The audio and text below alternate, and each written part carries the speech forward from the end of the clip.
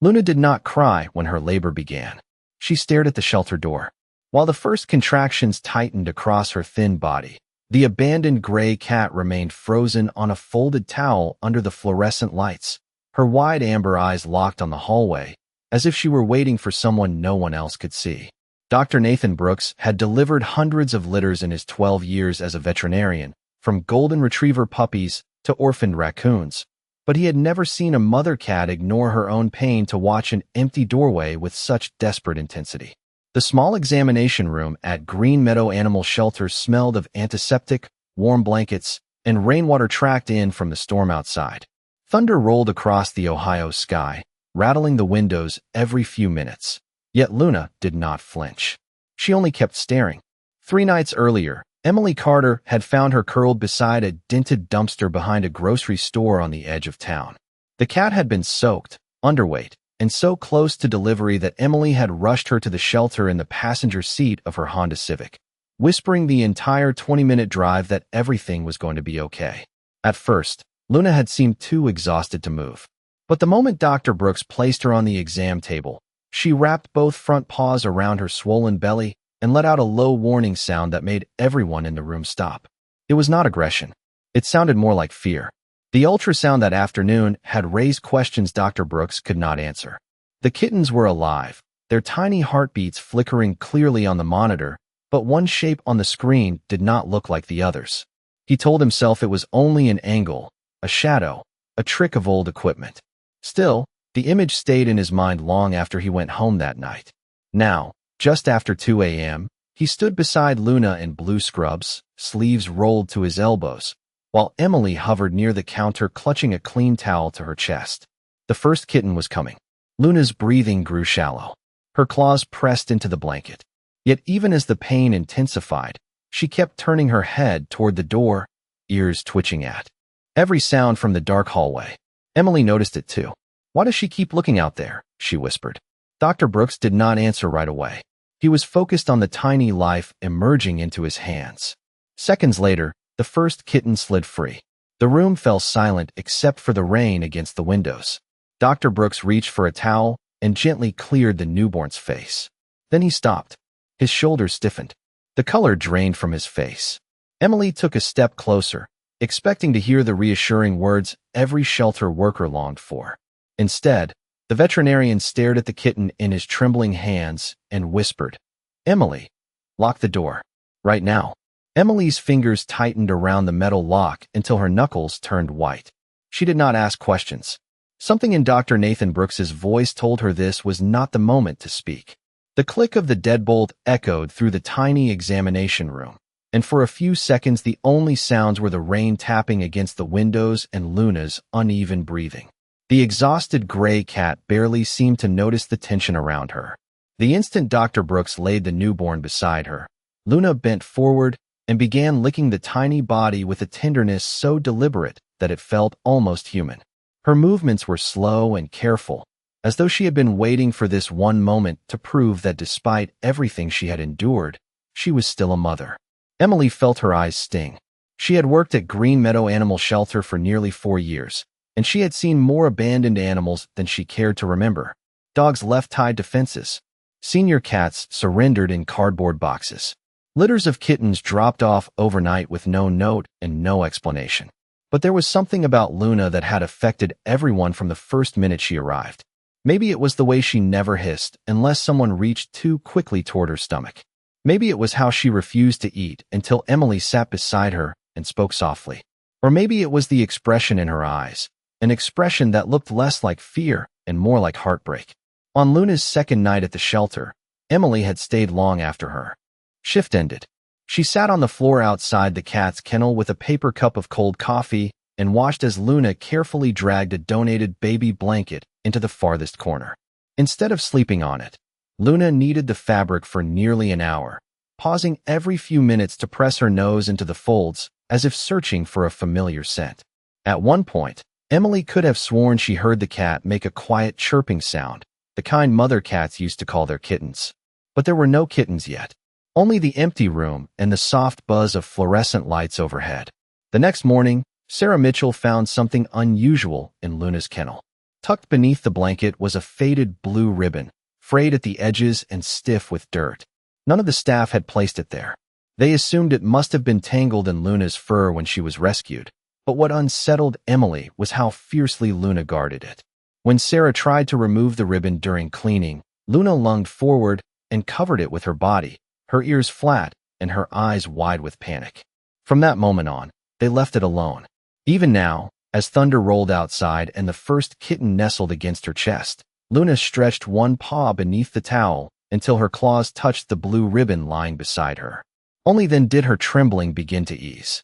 Dr. Brooks stood motionless at the sink, staring at the newborn with a look Emily had never seen before. This was a man who remained calm during emergency surgeries and difficult rescues, yet tonight his hands shook as he washed them. Emily looked back at Luna and felt her heart ache. The little cat purred so softly it was almost inaudible, curling her body around her baby with a fierce protectiveness that suggested she knew the world had taken too much from her already. For the first time since arriving at the shelter, Luna seemed less like a frightened stray and more like someone who had carried a secret across miles of loneliness just to keep her family alive. Emily knelt beside the towel and whispered that she was safe now. Luna lifted her head and met her eyes. There was gratitude there, but also something else. A warning. Then the newborn let out a faint cry, and Emily noticed that Luna was not looking at her kitten. She was staring at the faded blue ribbon as if she expected it to move. The second kitten arrived less than 10 minutes later, but Luna's behavior changed so suddenly that Emily instinctively stepped backward. Instead of pulling the newborn close like she had done with the first, the gray cat rose unsteadily to her feet and began rearranging everything inside the nesting box with frantic determination. She nudged the kittens together, dragged the faded blue ribbon beneath them, then turned in 3 tight circles before pressing her body around them again. At first it looked like ordinary maternal instinct, but then she did something neither Emily nor Dr. Nathan Brooks had ever seen before. Luna stretched her front paw toward the stainless steel tray where the first kitten had been examined and tapped it 3 times in rapid succession. Tap, tap, tap. She then looked directly at Dr. Brooks and repeated the motion. The veterinarian frowned. Did she just do that on purpose? Emily whispered. Dr. Brooks did not answer. He was too busy comparing the newborns. From across the room, the differences were subtle, almost impossible to notice, but Luna seemed intensely aware of them. Each time one kitten let out a faint squeak, she responded normally, licking and curling around them with fierce devotion. But whenever the first kitten made a sound, Luna's ears flattened and her entire body went rigid. She would touch the blue ribbon with one paw, then glance anxiously at the locked door as though waiting for something to happen. Another contraction came, and Luna delivered a third kitten just before 2:30 a.m. Emily expected the mother to settle once the litter began nursing, yet the opposite happened. Luna became increasingly restless. She would gather all 3 kittens close, only to stand again moments later and pace the length of the padded kennel despite obvious exhaustion. Each time she turned, she counted them with quick taps of her nose. 1, 2, 3. Then she would return to the first kitten and sniff it far longer than the others, releasing a low, uncertain trill that sounded less like affection and more like recognition. Dr. Brooks attempted to examine the newborn again, but Luna blocked his hand with surprising speed. She did not scratch or bite. Instead, she placed her paw firmly on his wrist and held it there, her claws extended just enough to make her meaning clear. Emily had never seen a cat act with such deliberate restraint. It was as if Luna wanted his attention but was terrified of what he might do next. The storm outside intensified, and a blast of thunder caused the overhead lights to flicker. At that exact moment, every hair along Luna's spine stood up. She scooped the first kitten by the scruff, carried it to the farthest corner of the box, and set it directly on top of the blue ribbon. Then she covered the kitten with her own body and began emitting a strange clicking sound deep in her throat. Emily felt a chill despite the warmth of the room. Nathan, she whispered, I do not think she is protecting them from us. The veterinarian looked up from his notes, his expression more troubled than before. Before he could respond, Luna lifted her head, stared at the digital clock on the wall as it turned to 2:37 a.m., and for the first time since arriving at the shelter, she pushed the newborn away from her. Emily's breath caught in her throat, as Luna nudged the first kitten away from her body. For one terrifying second, it looked as though the exhausted mother had rejected her own newborn. The tiny kitten rolled onto the towel and let out a weak cry, its paws trembling in the cold air. "Nathan, something is wrong," Emily said, dropping to her knees beside the nesting box. Her first instinct was heartbreak.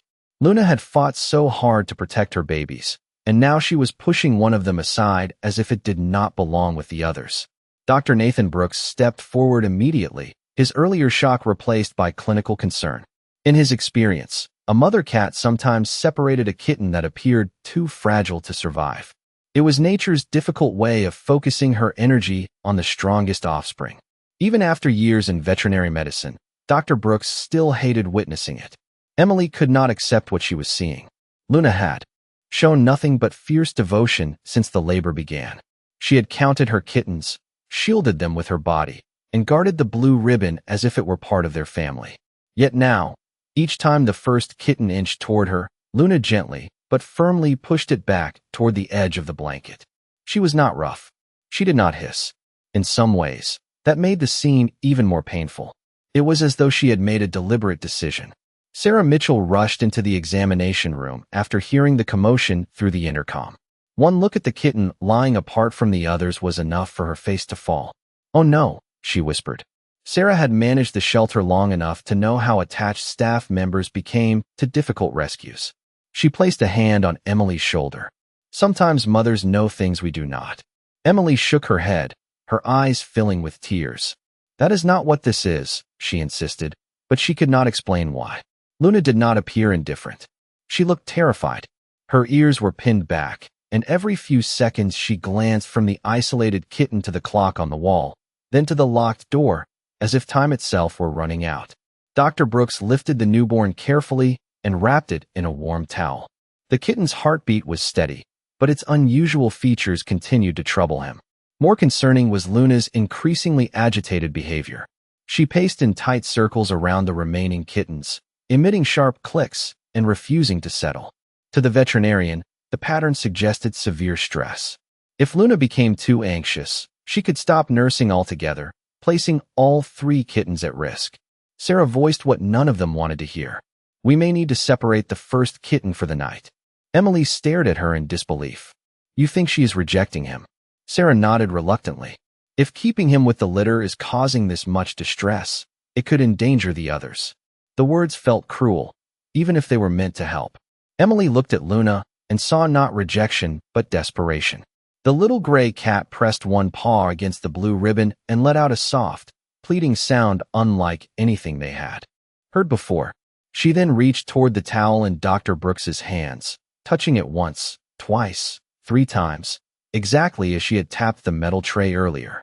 But the adults interpreted the gesture as agitation rather than intention. Dr. Brooks hesitated, torn between instinct and evidence. Every protocol told him that separating the kitten was the safest option. Emily wanted to protest, yet the fear of harming the other newborns left her silent. The digital clock on the wall changed to 2:41 a.m. Luna's pupils widened. She rose onto all fours and let out a long, mournful cry that filled the room with a sense of urgent warning. Dr. Brooks looked down at the swaddled kitten in his arms, took a slow breath, and said the words Emily dreaded most. "Prepare the incubator. We are taking this baby away from her." Emily moved automatically toward the supply cabinet, but every step felt wrong. She could still hear Luna's mournful cry reverberating through the examination room, a sound so full of urgency that it seemed less like panic and more like protest. Dr. Nathan Brooks laid the swaddled kitten on the warming pad inside the portable incubator and adjusted the temperature to 98 degrees.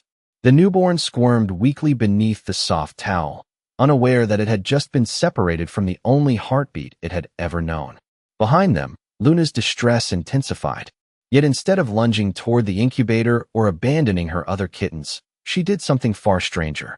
She gathered the 2 remaining newborns against her chest, then reached beneath the blanket and pulled the faded blue ribbon into the open.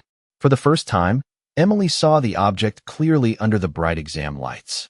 What she had assumed was an ordinary ribbon was actually attached to a tiny silver charm no larger than a dime. The charm had been hidden under layers of dirt and dried fur, which was why no one had noticed it before. Luna hooked the ribbon with one claw and dragged it to the edge of the nesting box. Then she pressed it insistently toward Emily, emitting the same clicking sound that had unsettled them earlier. Emily froze. "Nathan, wait," she said softly. Dr. Brooks glanced up, but continued monitoring the incubator. "We need to keep him warm. Just look at this." Emily knelt beside Luna and gently lifted the charm. To her surprise, the cat did not resist. In fact, Luna watched with an intensity that felt almost expectant. Emily rubbed away the grime with the corner of her scrub top until a tiny engraving emerged. It was not a pet tag. It was a hospital identification charm, the kind sometimes tied to bassinets in maternity wards. One side displayed a faded date from nearly 5 years earlier. The other side contained 3 carefully etched numbers, 237. Emily's stomach tightened. She turned slowly toward the wall clock. The time Luna had pushed the first kitten away had been exactly 2:37 a.m. At first, the coincidence seemed impossible. Then another detail struck her. She looked down at the isolated kitten resting in the incubator and noticed a narrow patch of pale fur across its shoulder, shaped almost exactly like the curved outline engraved on the tiny charm. The resemblance was subtle, perhaps meaningless, but combined with the timestamp it felt too precise to dismiss. Luna began tapping the side of the nesting box again. 3 taps. Pause. 3 taps. Each sequence ended with her nose pointing toward the incubator. Emily's heartbeat quickened. This was not random behavior. Luna had not been rejecting her kitten. She had been trying to tell them something connected to this ribbon in this exact minute. Sarah Mitchell leaned closer, her skepticism giving way to uncertainty. "How could a stray cat have something like that?" she whispered. Dr. Brooks stepped away from the incubator at last and took the charm from Emily's trembling hand. The moment he saw the engraved time, his expression changed. He looked from the silver charm to the kitten, then back to Luna, who sat perfectly still with her paw resting over her remaining babies. For several long seconds, no one spoke. Rain hammered against the windows, and the fluorescent lights buzzed overhead. The room suddenly felt smaller, as if they were standing at the edge of something none of them understood. Dr. Brooks closed his fingers around the charm and drew a slow breath. "Do not touch anything," he said quietly. "I want to compare the ultrasound images with this kitten again." Dr. Nathan Brooks spread the ultrasound printouts across the stainless steel counter, his hands moving with a precision that barely concealed how hard they were shaking. Emily and Sarah stood beside him in silence while the storm rumbled outside, and Luna watched from the nesting box, her amber eyes fixed not on her kittens, but on the single newborn lying in the incubator. The veterinarian placed the tiny silver charm next to the black and white scan taken earlier that afternoon. At first glance, the images looked like any other feline pregnancy. 3 healthy kittens curled inside their mother's abdomen. But when Dr. Brooks adjusted the contrast and zoomed in on the first fetus, a faint outline became unmistakable. Around the kitten's left shoulder was a thin, circular shadow, so small he had dismissed it as an artifact from the machine. Now, under the bright examination lights, he realized it matched the exact size and shape of the silver charm attached to Luna's blue ribbon. Emily stared in disbelief. "You were saying that charm was inside her all along?" Dr. Brooks nodded slowly. "Not just inside her. She kept it there until tonight." The realization was almost impossible to comprehend. At some point before Emily found her, Luna had swallowed the ribbon and charm, then carried it safely through days of hunger, stress, and late pregnancy. During labor, she had somehow expelled it at the precise moment the first kitten was born. But that was only part of the truth. Dr. Brooks lifted the newborn from the incubator and gently parted the pale fur on its shoulder. Hidden beneath the damp coat was a tiny birthmark shaped like a crescent moon. Emily gasped. The same crescent symbol was engraved beside the numbers 2:37 on the silver charm. Sarah felt her knees weaken. That cannot be a coincidence. Dr. Brooks turned the charm over in his hand and finally understood what he was holding. 5 years earlier, Green Meadow Shelter had partnered with St. Luke's Medical Center in a program that comforted families in the neonatal intensive care unit. Volunteers tied small, keepsake charms to bassinets so parents could remember the exact minute their children were born. The crescent moon design had been used for babies born during overnight storms. The date on the charm matched the week one of the shelter's most beloved therapy cats had disappeared from the hospital. Her name had also been Luna. Emily's eyes filled with tears as the pieces came together. The frightened stray they had rescued was not an ordinary abandoned cat at all. She was the same therapy cat who had spent years sleeping beside premature babies and anxious mothers, carrying a symbol of one particular birth that had once meant everything to her. And tonight, when her own first kitten arrived at exactly 2:37 a.m., bearing the same crescent-shaped mark, Luna had recognized the moment. She had not rejected her newborn. She had pushed him away because she was desperate to stop them from separating the charm from the kitten before they understood that the two belonged together. Her tapping, her pacing, her constant glances at the clock, even her fierce protection of the ribbon had all been part of a single determined message. She was not acting out of fear. She was trying to show them that this kitten carried a connection she had guarded for years. Dr. Brooks slowly returned the newborn to his mother's side. The moment the kitten touched the blue ribbon, Luna wrapped both front paws around him and began purring with a deep, trembling sound that filled the room like relief itself. No one moved. Emily covered her mouth. Sarah wiped tears from her cheeks. Dr. Brooks stood completely still, staring at the tiny family before him and realizing with a heavy ache in his chest that the little cat they had nearly judged as unstable had understood exactly what she was doing all along. For several seconds, no one in the examination room seemed able to breathe. The storm outside continued to rattle the windows, but inside Green Meadow Animal Shelter, all attention was fixed on the small gray cat curled protectively around her kittens. Luna lowered her head and touched the newborn with the crescent-shaped mark, drawing him against the faded blue ribbon she had guarded through. Hunger, loneliness, and labor. The deep vibration of her purring filled the room with a kind of quiet certainty, as if she had finally been understood. Emily Carter felt a painful knot tighten in her chest. She looked at the incubator sitting open on the counter, still warm and ready to carry the kitten away, and a wave of shame washed over her. Only minutes earlier, she had stood by in silence while they prepared to separate a mother from the baby she had been trying so desperately to protect. Every strange action that had frightened them now returned to Emily with heartbreaking clarity. The tapping on the tray had not been random. Luna had been asking them to notice. Her constant glances at the clock had not been panic. She had been waiting for the exact minute that mattered to her. Even the way she pushed the kitten aside had not been rejection. It had been the act of a mother trying to preserve a connection no one else could see. Emily sank to her knees beside the nesting box, her eyes level with Luna's. "You were trying to tell us the whole time," she whispered. The cat turned her head and rested one paw over the blue ribbon, never taking her body away from her kittens. There was no fear in her expression now, only exhaustion and a fragile sense of peace. Emily did not cry immediately. Instead, she reached into the incubator, unplugged the warming unit, and folded the towel with trembling hands. It was a small act, but to her it felt like an apology. Sarah Mitchell stood near the doorway, holding the silver charm against her chest. She remembered the first time she saw Luna cower over the dirty ribbon and assumed it was only another behavior issue from a traumatized stray. Now she understood that the ribbon was not clutter from Luna's past. It was a memory she had chosen to carry for years, a promise she refused to abandon even when she had no home of her own. Sarah quietly crossed the room and removed the isolation in progress sign from the door, unwilling to let anything separate this family again. Dr. Nathan Brooks remained by the counter, his eyes fixed on Luna as if seeing her for the first time. Throughout his career, he had relied on tests, charts, and protocols to make difficult decisions. Tonight, a homeless cat had reminded him that instinct and devotion could carry meanings no machine was designed to measure. He replayed the moment. He ordered Emily to prepare the incubator and felt a heaviness settle in his chest. If Emily had not noticed the charm, he would have taken the kitten away and broken the very bond Luna had struggled so hard to protect. Slowly, he removed his stethoscope and set it aside.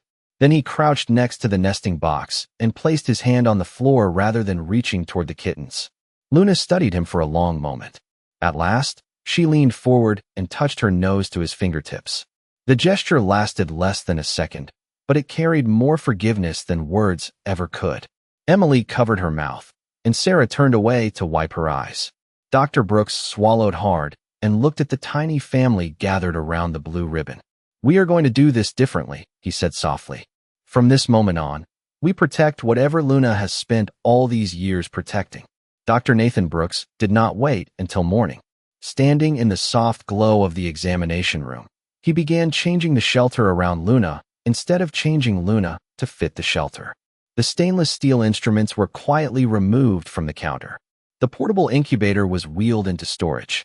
Sarah Mitchell dimmed the fluorescent lights and switched on a small amber lamp usually reserved for frightened puppies recovering from surgery. The harsh clinical room immediately felt less like a hospital and more like a nursery. Emily Carter spread fresh fleece blankets around the nesting box, building a circular barrier that muffled sound and blocked the drafts that slipped beneath the door during the storm. At the center of it all, Luna remained curled around her 3 kittens and the faded blue ribbon, her body no longer tense, but still alert enough to follow every movement. For the first time, the humans were not trying to interpret her behavior. They were allowing her to lead. Dr. Brooks retrieved a clear acrylic display case from the front office, the kind used to protect memorial paw prints for grieving families. After carefully cleaning the tiny silver charm, he placed it inside and set the case beside the nesting box where Luna could see it but did not need to guard it with her body. The effect was immediate. Luna lifted her head, studied the protected keepsake, and released a long breath that sounded almost like a sigh. Emily warmed a shallow dish of chicken broth and slid it toward the mother cat. Earlier, Luna had ignored every offer of food, too anxious to let her attention drift from her kittens and the ribbon. This time she looked at the charm, then at Emily, and took her first steady drink since arriving at the shelter. The simple act felt like a breakthrough. Sarah moved to the front office computer and blocked all adoption listings for Luna and her litter, marking their status with a note that read, "Hold for special care and historical significance." She also called the board president at 3:15 in the morning and, with tears still in her voice, explained that one extraordinary mother cat needed as much time as she wanted. No one argued. Back in the exam room, Dr. Brooks reviewed Luna's old microchip registration. Buried in an archived database, he found the original hospital volunteer records confirming that Luna had once spent countless nights comforting newborns and exhausted parents. He printed the documents and placed them in a folder labeled simply Luna's Story. Emily then tucked the folder into a drawer beside the nesting box, as though preserving not just paperwork, but the proof that Luna had always belonged to someone and had always had a purpose. As the hours passed, the storm weakened. The thunder faded into a soft drizzle against the roof.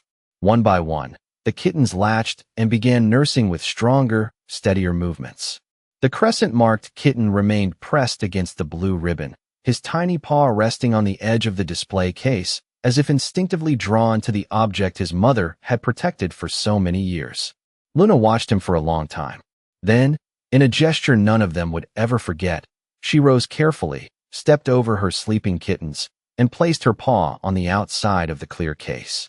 She held it there for several seconds, as though confirming that the memory she had carried alone was finally safe in someone else's care. When she returned to the nest, she no longer positioned herself between her family and the door. Instead, she stretched out on her side, exposing her belly completely while her kittens nursed in peace. Her ears relaxed. Her breathing slowed. The anxious flick of her tail disappeared. Luna looked once at Emily, once at Dr. Brooks, and then closed her eyes without lifting her head again. For the first time in years, the little gray cat slept as if she no longer needed to keep watch. By sunrise, the storm had passed, and a pale ribbon of gold stretched across the windows of Green Meadow Animal Shelter. The building was quieter than usual, as if everyone inside sensed that something sacred had taken place during the night. Luna remained asleep in the nest she had fought so hard to protect, her 3 kittens tucked against her warm gray fur. The crescent-marked kitten rested closest to the clear display case, where the tiny silver charm caught the first rays of morning light and scattered them like little stars across the blanket. Emily Carter was the first to return with fresh food and clean water. She stopped in the doorway and smiled when she saw Luna still sleeping on her side, one paw draped loosely over all 3 kittens. The anxious vigilance that had defined every movement since her arrival was gone. In its place was a trust so complete that Emily felt as though she had been given a privilege rather than a responsibility. She quietly set a handwritten card beside the display case. On the front she wrote, "Guardian of 237. Before the shelter opened, Sarah Mitchell gathered the staff in the exam room and told them the entire story. No one spoke for several moments after she finished. Then one by one, kennel attendants, volunteers, and receptionists stepped forward to look at the small gray cat, who had carried a memory longer than some people carried their own promises. By lunchtime, a framed photograph of Luna and her kitten stood in the lobby next to the silver charm and the blue ribbon. Visitors paused to read the story and often fell silent. Before moving on, some smiled, some wiped their eyes. A few left donations with notes addressed simply to Luna. Dr. Nathan Brooks contacted St. Luke's Medical Center later that week. The neonatal nurses still remembered the gentle therapy cat who used to curl beside incubators during the overnight shift. When they learned she had been found alive and had given birth at the exact minute engraved on the charm, several of them drove to the shelter after work carrying a hand-sewn quilt decorated with tiny crescent moons. Luna sniffed the quilt, circled once, and settled onto it, as if recognizing an old friend. In the weeks that followed, her kittens grew stronger each day. The crescent-marked kitten developed into the boldest of the three, always sleeping with one paw touching the clear display case until he was large enough to tumble across the room with his siblings. Luna no longer hid when footsteps approached. She greeted Emily with soft chirps, accepted food from Sarah's hand, and allowed Dr. Brooks to examine her kittens without the slightest trace of fear. Yet every evening, just before the lights were dimmed, she would walk to the display case, rest her paw against the silver charm for a moment, and then return to her family. It became a ritual no one interrupted. Months later, when the kittens were old enough to leave the nursery, the shelter board made an unusual decision. Luna would not be listed for adoption. Instead, she was given a permanent home at Green Meadow, where she could comfort frightened animals and sleep beneath a plaque that read, "Some hearts remember what the world forgets." Visitors often asked why the staff spoke of her with such reverence. Emily always answered the same way. She would point to the blue ribbon, the silver charm, and the mother cat resting peacefully with her grown kittens nearby. Then she would say that on the night everyone thought Luna was confused, she was actually protecting a meaning only love could recognize. And in a world that moves too quickly to notice quiet acts of devotion, one abandoned cat reminded them of a truth worth carrying forever.